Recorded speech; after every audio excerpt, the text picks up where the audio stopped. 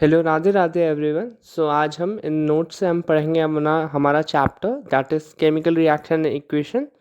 सो फिर हमारा पहला टॉपिक है that is chemical reaction. Whenever a chemical change occurs we can say that a chemical reaction has taken place.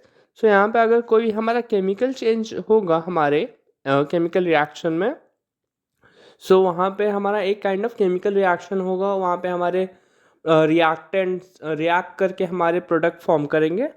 सो इसका हमारा example है burning of magnesium ribbon in air and collection of magnesium oxide in a watch glass. So to determine whether a chemical reaction has taken place, first point है हमारा change in state होता है, हमारा change in colour, evolution of gas and change in temperature. ये हमारे मतलब इससे हम डिटरमाइन कर सकते हैं कि हमारा जो केमिकल रिएक्शन हुआ है कि नहीं। सो फिर हमारा अगला टॉपिक है that is chemical equation. The similar way to do this is to write it in the form of a word equation. So इसमें इसका हमारा ये एग्जांपल है 2Mg plus O2 will give 2MgO। सो हम काइंड ऑफ सिंपलर वे में हम express कर सकते हैं इन the form of like 2Mg plus O2, मतलब मैग्नीशियम को हमने Mg लिख दिया, ऑक्सीजन को O2 लिख दिया, ऐसे करके। और इसमें हमारे दो साइड्स होते हैं, एक reactant and products. So reactant react करके हमारे नए नए प्रोडक्ट फॉर्म करते हैं। सो फिर हमारा अगला टॉपिक है that is balance chemical equation. So the total mass of the element present in the product of the chemical reaction has to be equal to the total mass of the element present in the reactant. In other words, the number of atoms of each element remains the same before and after a chemical reaction. सो इसमें जो हमारा balance chemical equation वो होता है जिसमें हमारा जो total mass होता है एलिमेंट का प्रेजेंट होता है हमारे प्रोडक्ट साइड में भी सेम होना चाहिए एंड रिएक्टेंट साइड में सेम होना चाहिए।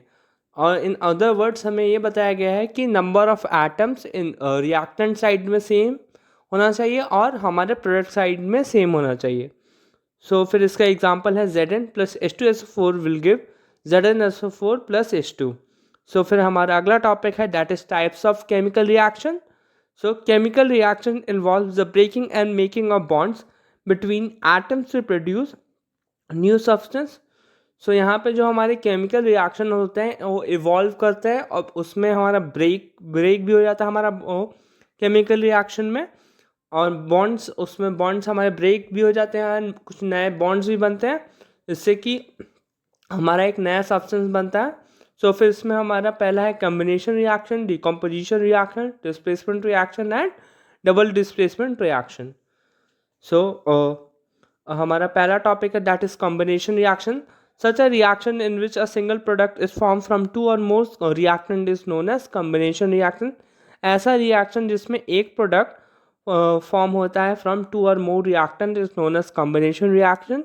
इसका एग्जाम्पल है CaO that is quicklime plus H2O will give CaOH whole twice that is slaked lime plus heat. Reaction in which heat is released along with the formation of products are called exothermic reaction। इसे जिस reaction में हमारा heat involve होता है, heat release होता है, उस reaction को हम एक्सोथर्मिक रिएक्शन कहते हैं। इसका एग्जांपल है हमारा बर्निंग ऑफ कोल। इसका एग्जांपल है C प्लस O2 will give CO2। Then the decomposition of vegetable matter into compost is also an example of an exothermic reaction.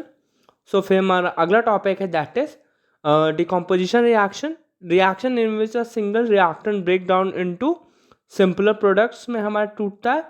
सो इसमें हमारा जो रिएक्टेंट होता है ब्रेक होता है टू गिव सिंपलर प्रोडक्ट्स। सो इसका एग्जांपल है 2FeSO4 in presence of heat will give Fe2O3 plus SO2 and SO3। ये FeSO4 हमारा फेरस सल्फेट होता है और Fe2O3 हमारा फेरिक ऑक्साइड होता है। By when a decomposition reaction is carried out by heating it is called thermal decomposition. जब हमारा डिकम्पोजिशन रिएक्शन कैरी आउट होता है बाय हीटिंग उसे हम थर्मल डिकम्पोजिशन कहते हैं। इसका एग्जांपल है हमारा CaCO3 that is limestone in presence of heat will give CaO that is quicklime plus CO2। reaction in which energy is absorbed reaction in which energy is absorbed are known as endothermic reaction. ऐसे reaction जिसमें हमारा heat absorb होता है, ऐसे reaction को हम endothermic reaction कहते हैं। इसका एग्जांपल है 2Ag Br in presence of sunlight will give 2Ag plus Br2। ये हमारा ब्लैक एंड वाइट फोटोग्राफी में भी यूज़ होता है हमारा ये रिएक्शन। तो फिर हम आगे देखेंगे। Then displacement reaction, reaction in which more reactive element displaces or remove less reactive element is known as displacement reaction. इसका एग्जाम्पल है Fe plus CaSO4 that is copper sulfate will give FeSO4 that is iron sulfate plus Cu. Then हमारा अगला topic है that is double displacement reaction. Such a reaction in which there is an exchange of ion between the reactant are called double displacement reaction. ऐसा reaction जिसमें हमारा exchange of ion हो, ऐसे reaction को हम डबल डिस्प्लेसमेंट रिएक्शन कहते हैं। इस और any reaction that produces a precipitate that can be called as precipitation reaction. इसका हमारा एग्जांपल है Na2SO4 that is sodium sulphate plus BaCl2 that is barium chloride will give BaSO4 that is barium sulfate plus 2NaCl that is sodium chloride. So हमारा अगला topic है that is oxidation and reduction. If a substance gains oxygen or loss of hydrogen during a reaction, it is said to be an oxidation. If a substance loses oxygen or gains hydrogen during a reaction, it is said to be reduction. Its example is Cu plus H2 in presence of heat will give Cu plus H2O. Then next topic is corrosion. When a metal is attacked by substance around it, such as moisture, acid, etc., it is said to be corrode, and this process is called as corrosion.